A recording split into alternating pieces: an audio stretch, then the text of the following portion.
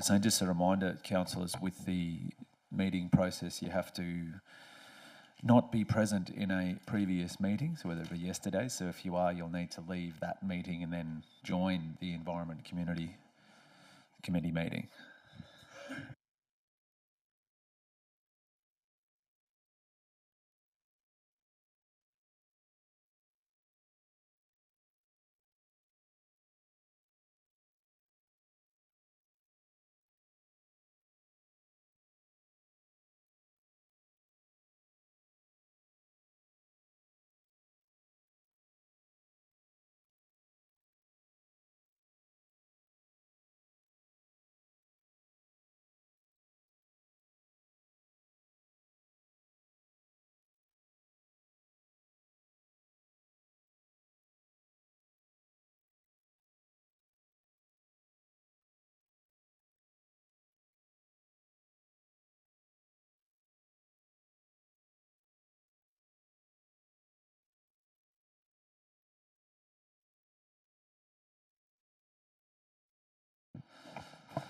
Well, good morning all. So welcome to the Environment Community Committee meeting of the Toowoomba Regional Council for the month of June. This meeting is open to the public and will also be live streamed. So I'd like to thank those that are with us here today in the room and acknowledge everyone watching via Council's social media channels. I'd like to acknowledge and welcome the CEO, Mr. Brian Pidgeon, General Manager of Environment Community Services, Nick Hauser, so all of the staff that are present in the room with us today.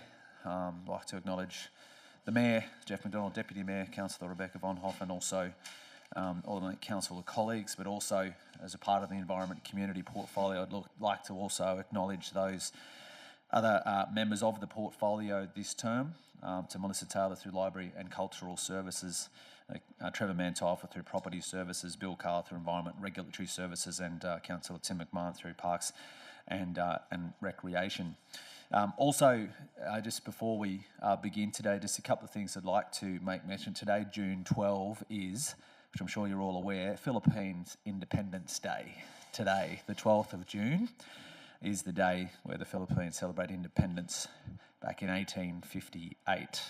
So, and I know there was a big celebration of our Filipino community on the weekend, which many of you were present at. Also, June is Men's Mental Health Awareness Month. So an important topic to raise awareness and around taking action to prioritise around men's health. We know the stats show males, if they have a sore arm or leg, are often moving forward in terms of seeking assistance, but in terms of mental health, it's not something that always sort of happens. So June being a month where we raise awareness of that, so an important, I think, acknowledgement of that. And also from Toowoomba Regional Council, the youth leader applications. So our youth leaders program applications are open presently, and they remain open through until July 31. So any youths that are interested in that field, it's of course a great program, and we've seen some fantastic outcomes and seen some fantastic young people involved in that particular program. And also credit to the staff involved in it, that ensuring that so many of our youth get that opportunity through our Youth Leaders program to be able to do what they can and do what they strive to do from a grassroots level to support not only youth but our community through their own initiatives. So Youth Leader applications are open right now, so through until July 31. Jump onto the Youth Connect website or through Toowoomba Regional Council social media channels. You can find the information in regards to that. With that, councillors, I would like to acknowledge the Aboriginal parties whose songlines traverse the lands that we do meet on today, the Western Waka Waka, Gaiwal and Jarrawa peoples, and pay respects to their elders past, present and emerging, for they hold the knowledge, rich traditions and bold ambitions of Australia's first people. We move to item 2, which is attendance, including apologies, leave of absence and declarations of conflict of interest. Now, there are nil in terms of conflicts of interest, or does anyone have any conflicts that they haven't made us aware of that they wish to raise presently? And again, as always, if not, as we move through the agenda, if something arises, please alert myself to that.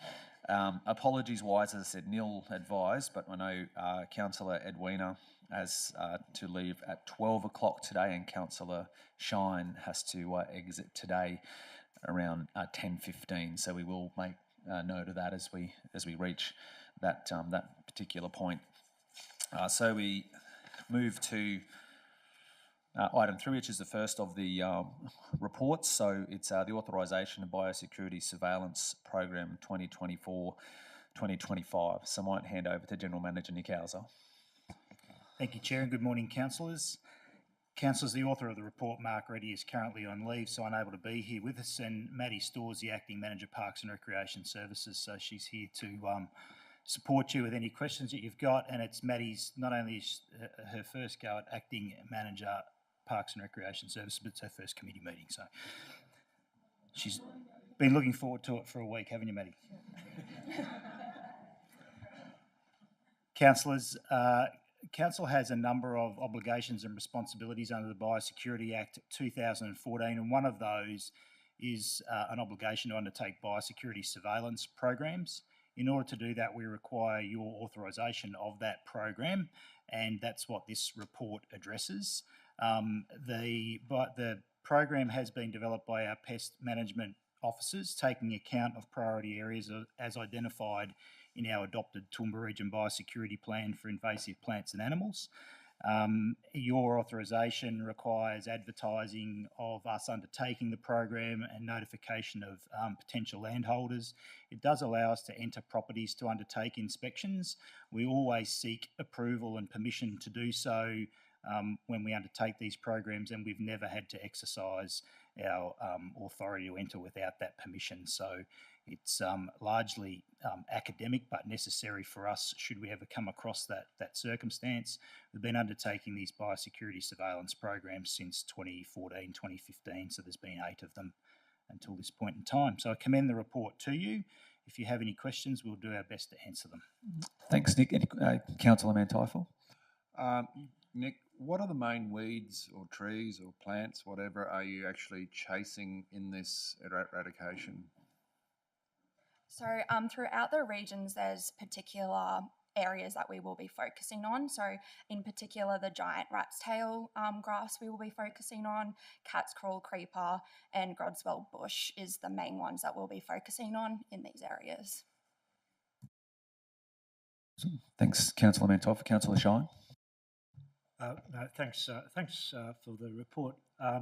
Just looking at the map, I was just wondering if there is a priority for the recent, having regard to the recent outbreak of fire ants, and what you might be able to tell us about Council's intended involvement in that area, if any. So I don't think this program takes that into account. Response to the fire ant issue is a matter for the National Fire Ant Eradication Program, so they take the lead on that. Council supports in a number of ways, but we're not the lead agency for undertaking those inspections.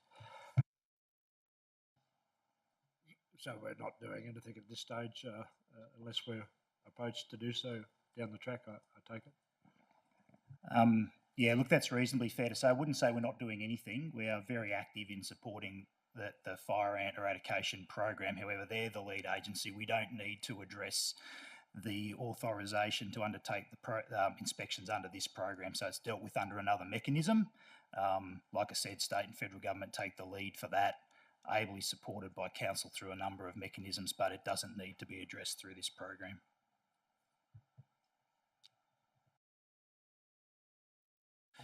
Thanks, Councillor Shine. Councillors, are there any further questions in regards to this particular item? If there are no further questions, there is a recommendation. Councillor McMahon, you're...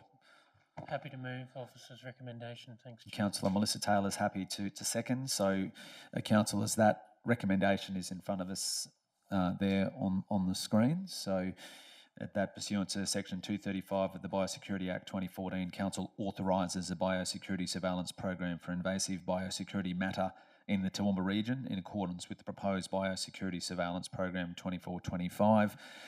2 of that recommendation is that the biosecurity surveillance program commence on the 1st of July 2024 and conclude on the 30th of June 2025, and that the biosecurity surveillance program apply to all lands within the local authority area. So I have a mover and a seconder. Is there any reason or willingness to go into debate?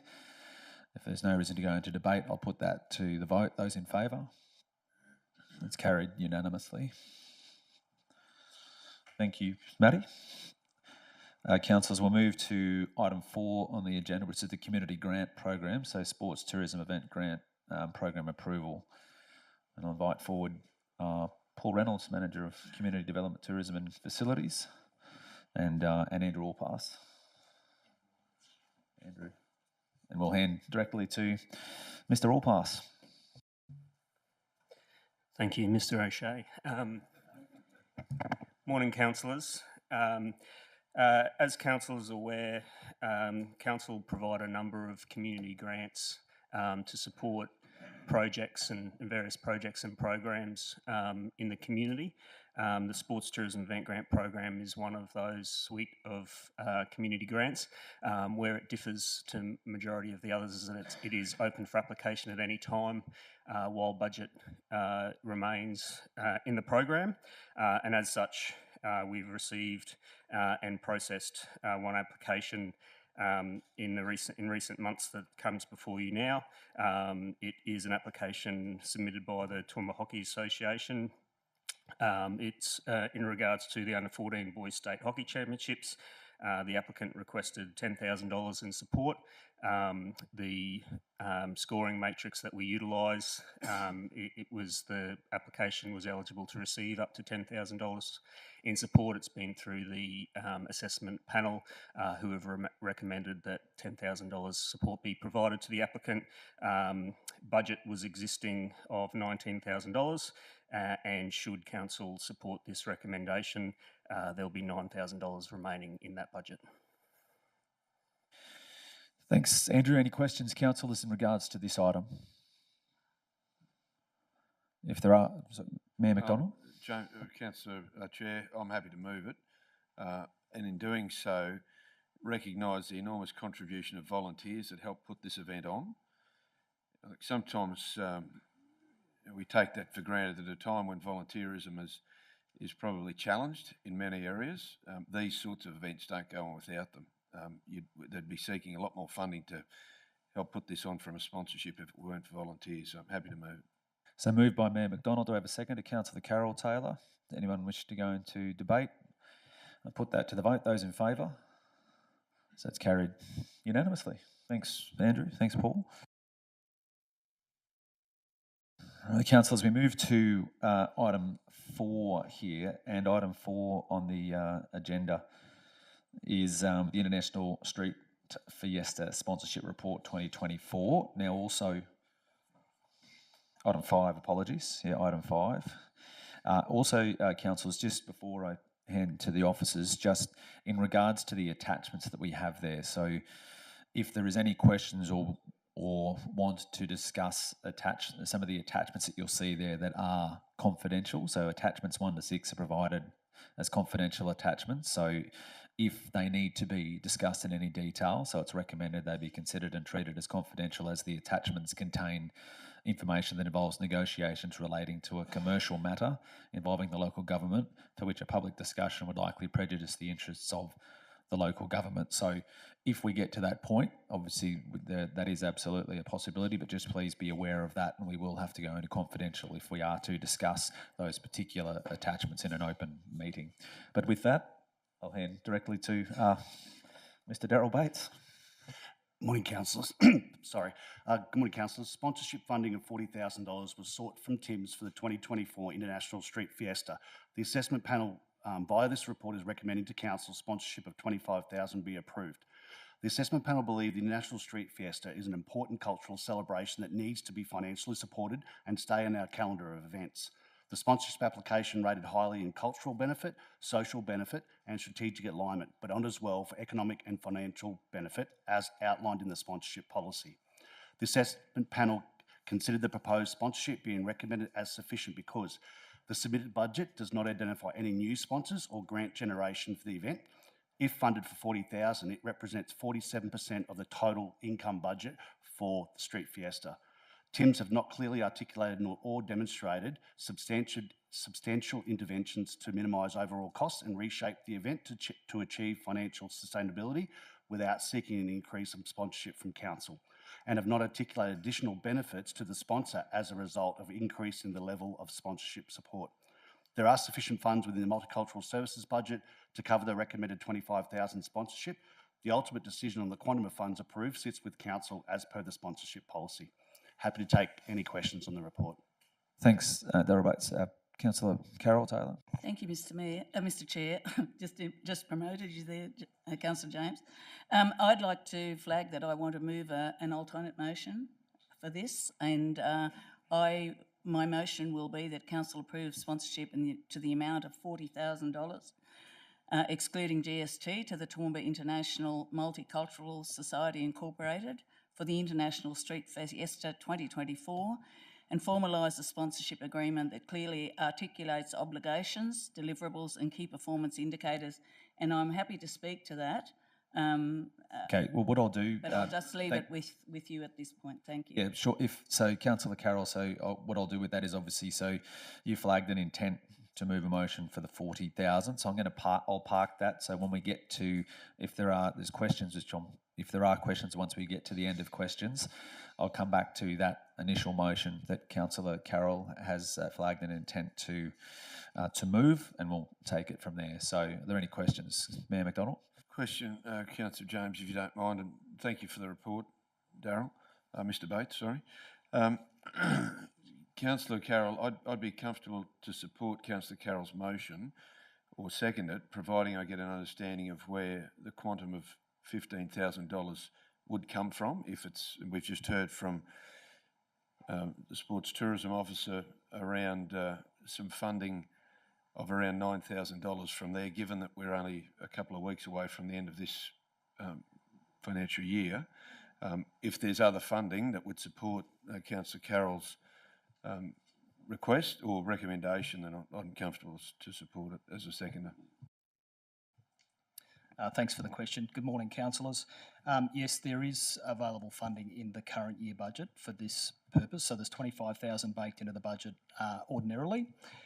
There has been some savings realised this financial year, primarily through advisory committees finishing around Christmas time. So ordinarily they were budgeted for a full 12-month period, but they were obviously ceased ahead of the local government elections. So there's unspent funds that we could utilise there for this purpose.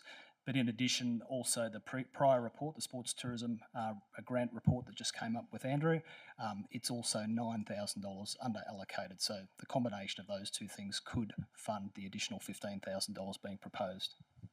Thanks very much, Paul and Darryl. With that being the case, I'm happy to second Councillor Carroll's motion.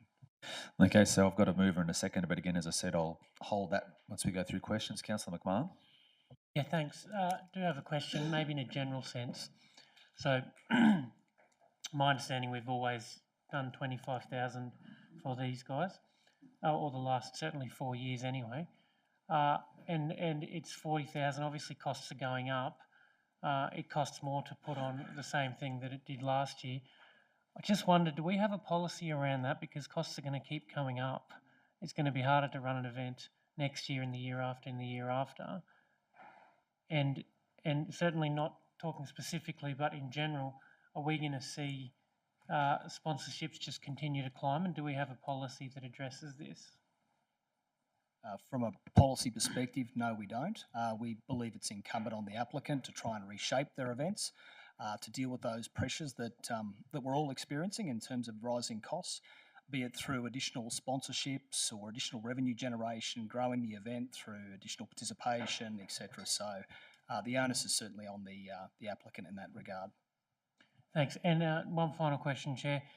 In the last application with the sport tourism, we saw a specific criteria with a numerical rating for, you know, how many people are coming, where those kind of things. Does that specific criteria apply to this? And if we approve Councillor Carroll's motion, are we contradicting our own criteria? I'll take that one as well. No, that matrix that exists for the sports tourism is unique to that program. There is an information session with Council later today around looking at opportunities in terms of advancing and making our grants programs more broadly, more contemporary. That will be discussed, I think, in the session this afternoon. So at this point, the matrix that existed in the last report is specific to that grant program, not this particular program. And there is no matrix for this program? No. Thank you. If I can just add to that, sorry, Paul, for council team and councillors, the policy dictates, as I said earlier, the way the delegations sit, anything over $10,000 comes to council, regardless. But I think it was end of last year, there was a sponsorship review and the guidelines, and it flags in there some key things in terms of economic, and it's reviewed and assessed off those 6 key criteria. It doesn't have a point system with it, but it actually makes us go through those ones and assess based on those key areas. Yeah, if I can add to, Chair, just following on Darryl's comments there, so there are some key principles in the sponsorship policy that we make assessments against. There's no scoring matrix, so to speak. What we have tried to include from an economic perspective is trying to understand the economic impact of the event and then understanding what return on council's investment that might provide. That's just it's just an indicator. Really, I don't think it's a hard and fast assessment metric for us because not all events are driven around economic value. This one's probably more around cultural and social value than it is around economic value.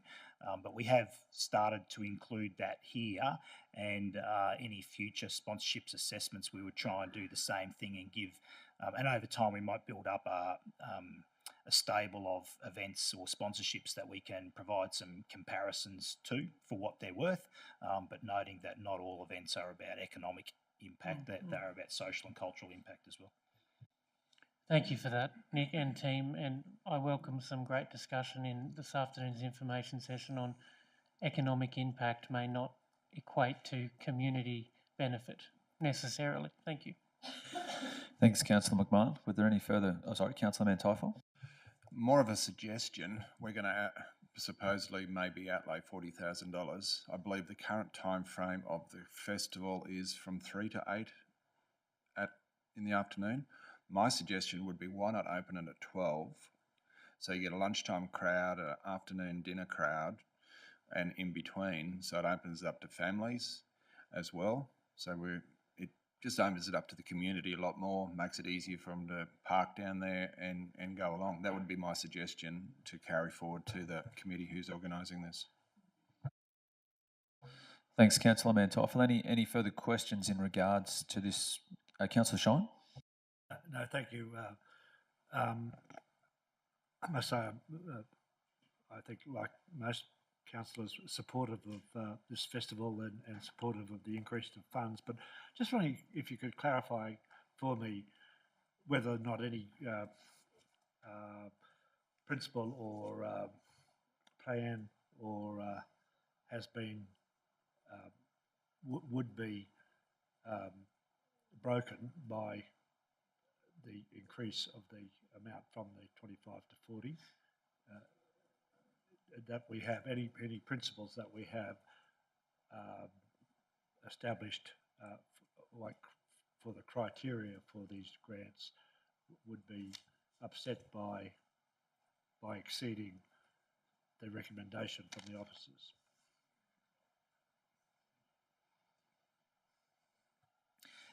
Councillor Shine, no, we don't believe that there are any principles within the policy that are affected or impacted or broken or damaged or undermined in any way by increasing the sponsorship value. The sponsorship really is a commercial arrangement. It's up to both parties to determine what they think's a reasonable return on that investment.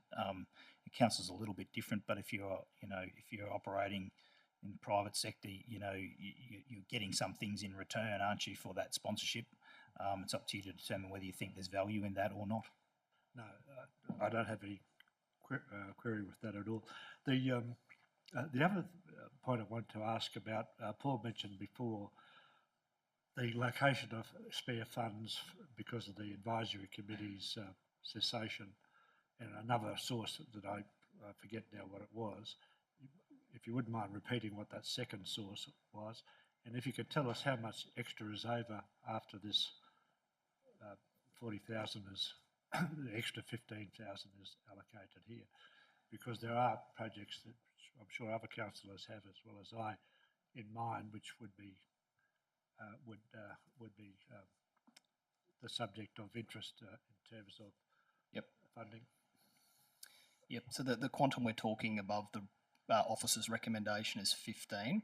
So the second component was the 9,000 left over from the sports grant in the prior report, leaving a gap of 6. I think we can find the 6 within the underspent allocation of ceasing the advisory committees just prior to Christmas, therefore avoiding essentially 12 meetings, being 4 advisory committees by 3 monthly meetings between Christmas and the election period. So I think we can, between those two elements, I think we can find the 15, but that would exhaust the funding. That exhausted.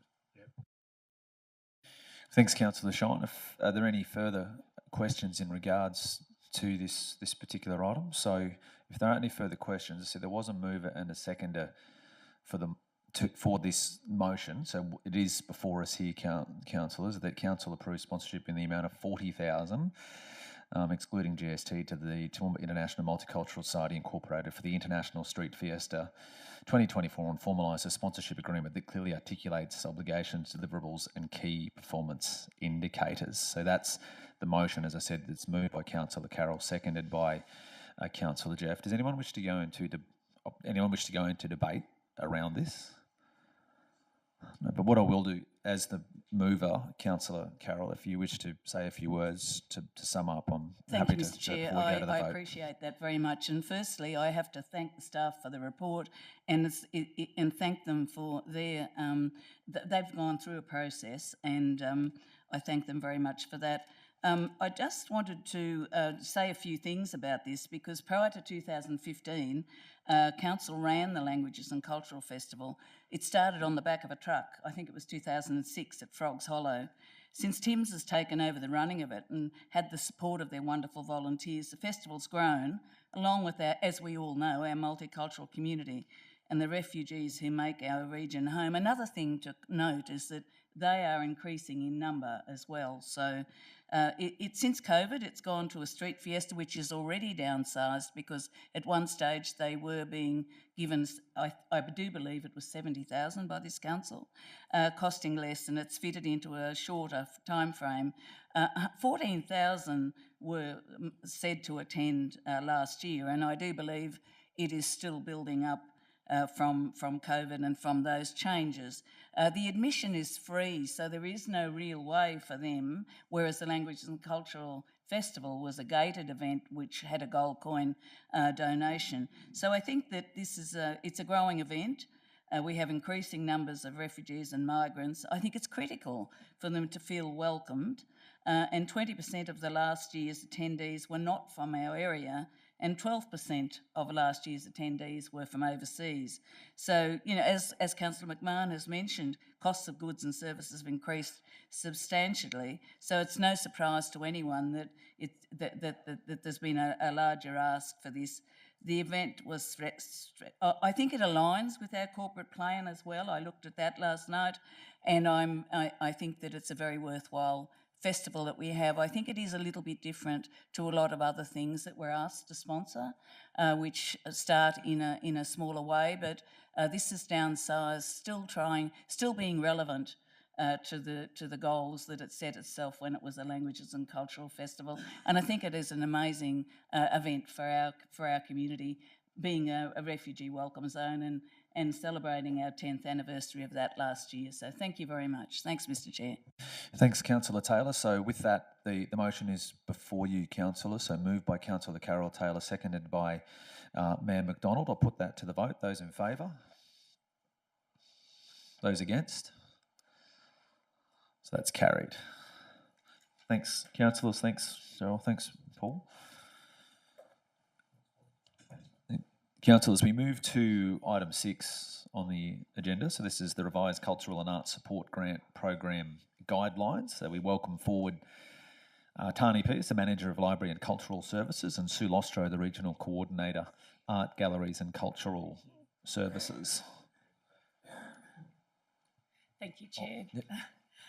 Today our report focuses on the revised Cultural and Arts Support Program Guidelines, Grant Program Guidelines, sorry, with the recommendation that Council adopt the updated Cultural and Arts Support Grant Program Guidelines. So there's a full summary of the proposed changes in that report. On the third page, I think it's page 61 of your report, and there's also an attachment that shows the track changes to that guideline, and I think it's at page 68 in your board book. I'm happy to, I'll take it as read, but I'm happy to take any questions or give further context if required. Thanks, Tony. Councillor, is there any questions in regards to this one? So more, I suppose, an administrative update to a document, more or less. Councillor McMahon. Thank you, Chair. Good morning, Tony. Good morning, Sue. I have a question, but it's not even part of the blue. It's just in there. One of the regular young artists starting out questions is, I don't have an incorporated nor an ABN. I find it really hard to apply, noting these criteria still in the frequently asked questions.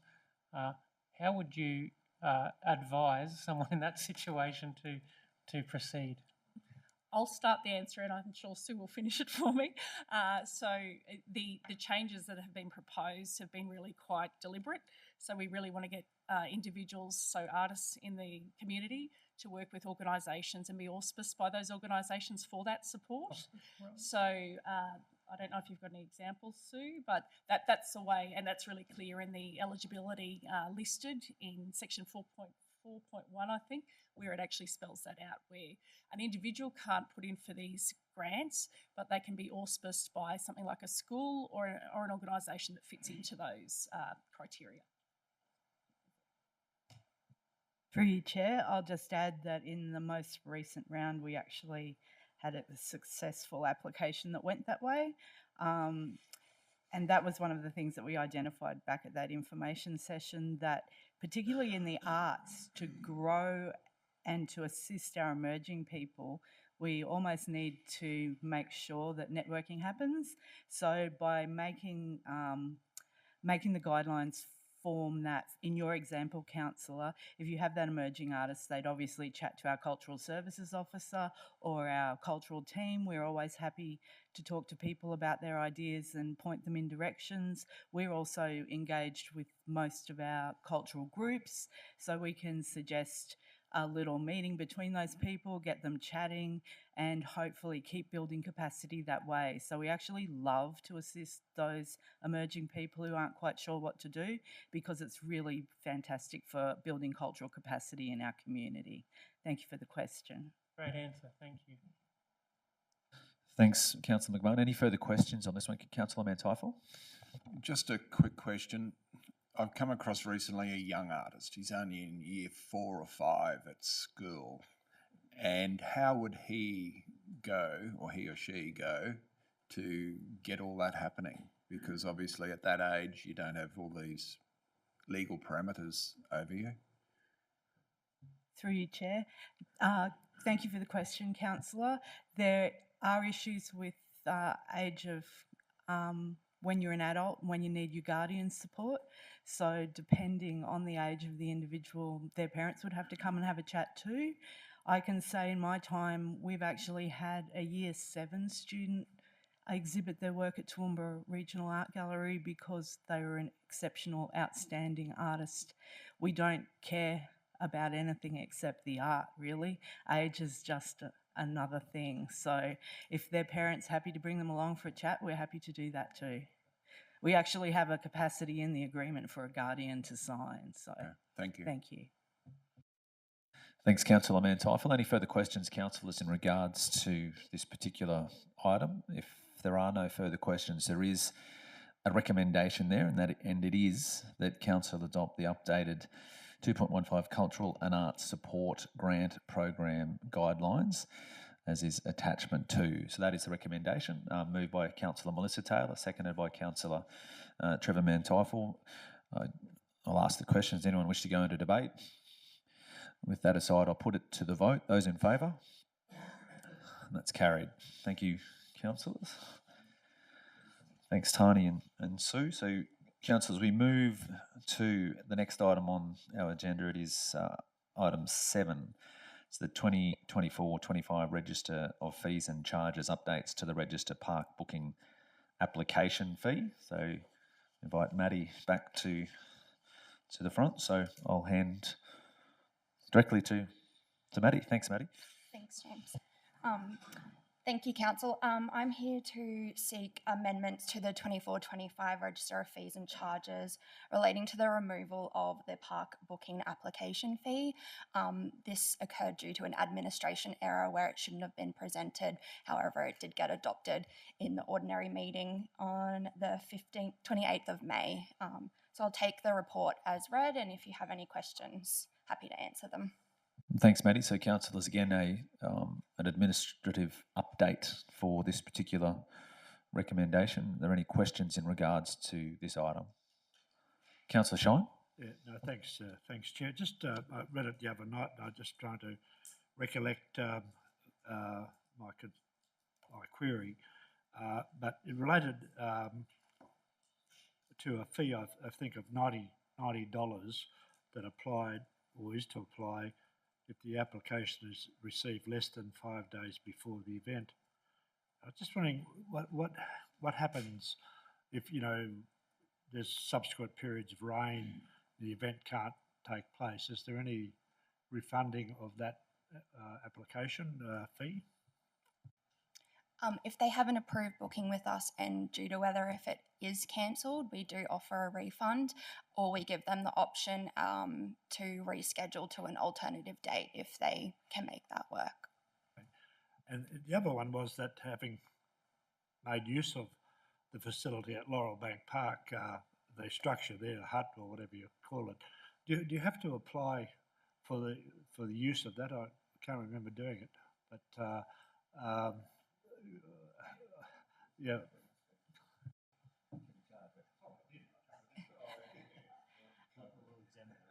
Are you referring to a shelter or what? Yep. So you don't.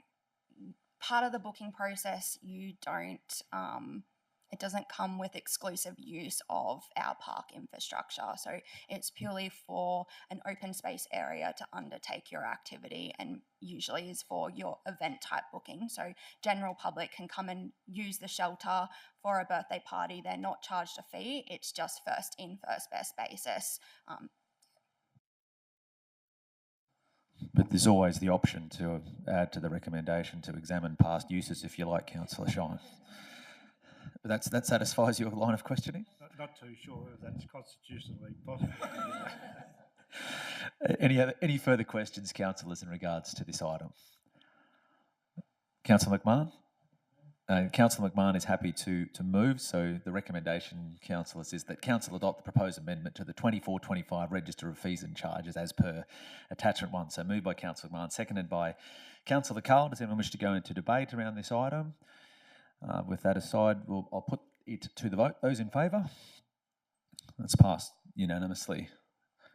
And thank you, Maddie. So not only obviously in your current role, but also first time at a committee meeting. So thank you for your expertise and knowledge to assist with the decision making today.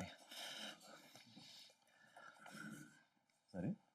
And with that, councillors, that brings us to the end of the Environment Community Committee meeting for the month of June. So I'll conclude the meeting.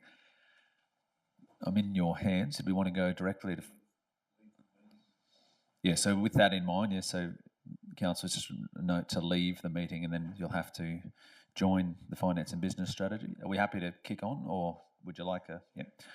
Well, councillors, I'll hand over to Finance, to Councillor McMahon with Finance and Business Strategy.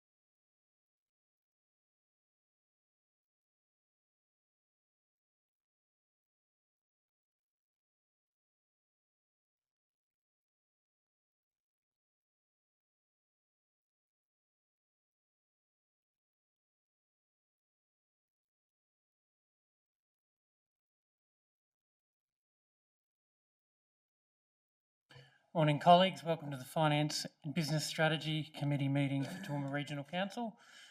My first time chairing Finance and Business, so that's great. This meeting is open to the public and also live streamed. I would like to thank those in the room today, acknowledge everyone watching via Council's social media channels, acknowledging General Manager Anne-Marie. Thank you for your attendance to you and your team and the many other Council staff. Can I remind colleagues to please, if you haven't already, click the join meeting in your board view. Can I take a moment to acknowledge the traditional owners of the land we meet on today, the Western Waka Waka, Guyabal and Jarrawa people, and pay respects to the elders past, present and emerging, for they hold the knowledge-rich traditions and bold ambitions of Australia's First Nations people. Councillors, we will move. Are there any apologies? We don't need to do that. Leave of absence or declarable conflict of interest. Councillor Carroll.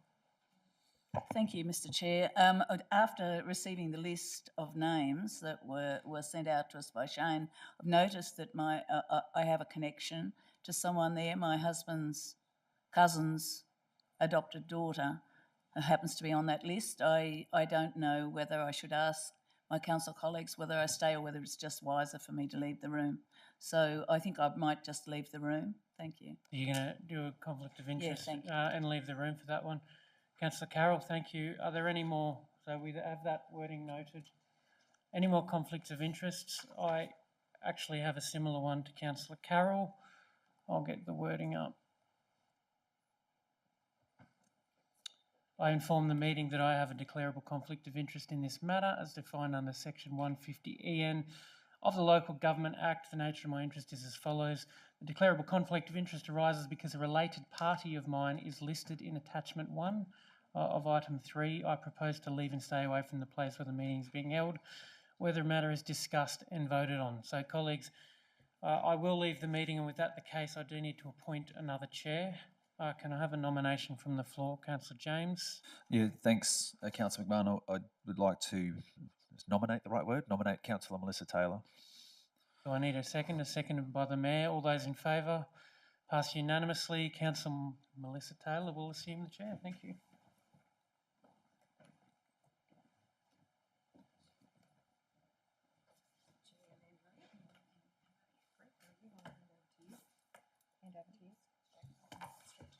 Straight to Shane. Okay. Good morning, councillors. Good morning, Toowoomba Region. And I will begin this session by passing over to Shane. Thank you, Shane. Thank you, councillors, and good morning. This report presents to council with the sale of land for overdue rates of charges to be undertaken during 2024. There are 58 properties identified as having some or all of their rates or charges overdue for 3 years or more. The report details the legislative processes to be undertaken in the coming months, and I'm happy to take questions. Yes, Councillor Gardner. Yeah, I see one for 368,000. What's that? That's Yes, more than 3 years. That's right. So what that particular one is, that is infrastructure charges. So infrastructure charges for the purpose of their collection are taken to be rates. So that is one matter that has been overdue, well, it is now overdue 3 years. So we're pursuing that particular matter through the sale of land process. Councillor Gardner? Yes? All good? Thank you. Councillor Menteifel? With that particular entity, I believe they own numerous properties throughout Australia. Have you checked on, is it a ongoing issue or is it just this particular property? Thanks, Councillor Trevor. It will only be this particular property. I'm not aware of that particular ratepayer having issues with any other properties within this region, but it's purely related to the infrastructure charges and their refusal to pay those to date. Thank you. Another question, if I may. When you go through the process, like coming from a real estate background, if there was a mortgagee in possession, it has to go through a whole heap of hoops and valuations from a proper valuer to then go to an auction, and then it will only be auctioned and released or sold if it gets to a particular sale price. How do you guys come up with that particular sale price before you then go, the hammer drops and you sell it to a new owner? So there is legislative provisions for setting the reserve price, and what we do is that that is the higher of the land valuation or the outstanding rates. So the reserve price is set that way. By taking it to a public auction, you would hope to achieve a market value, but the reserve price is set at the higher of the rates or the land valuation. Hopefully you would, because, you know, if, do you ever get banks come along and say, hey, we've got a 70%, 80% interest in this property, whatever it may be, and say, look, you can't do that? Or so what actually happens is that as part of this particular process is we are required to inform any interested party that's listed on the title. So that includes writing to every mortgagee. So what then happens is that that causes a couple of things to happen. One is that the owner may pay council in the first instance, like just to get it sorted. The mortgagee will often contact council to see what is in place with the owner as far as whether they have contacted us.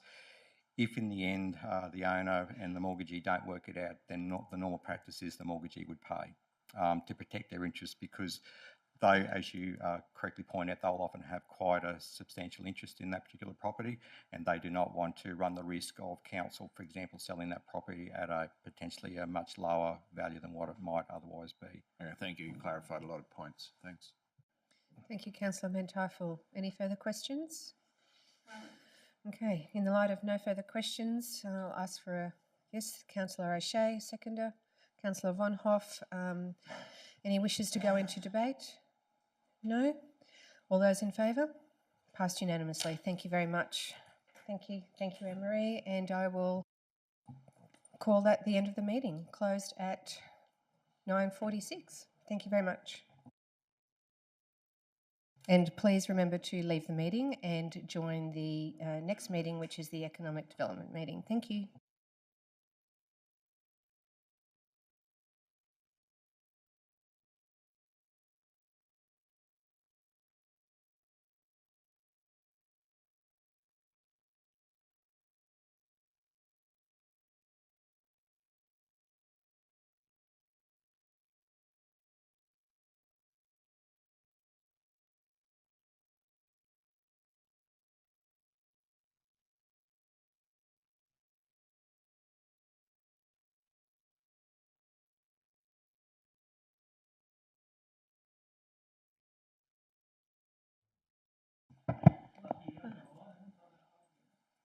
What was that?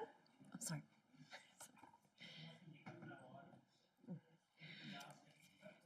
Good morning, everyone, and welcome to the Economic Development Committee meeting of Toowoomba Regional Council.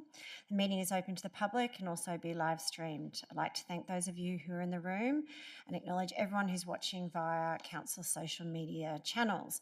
I have no apologies today, no motions required, no leaves of absence, so I would like to conclude this meeting and thank you for coming.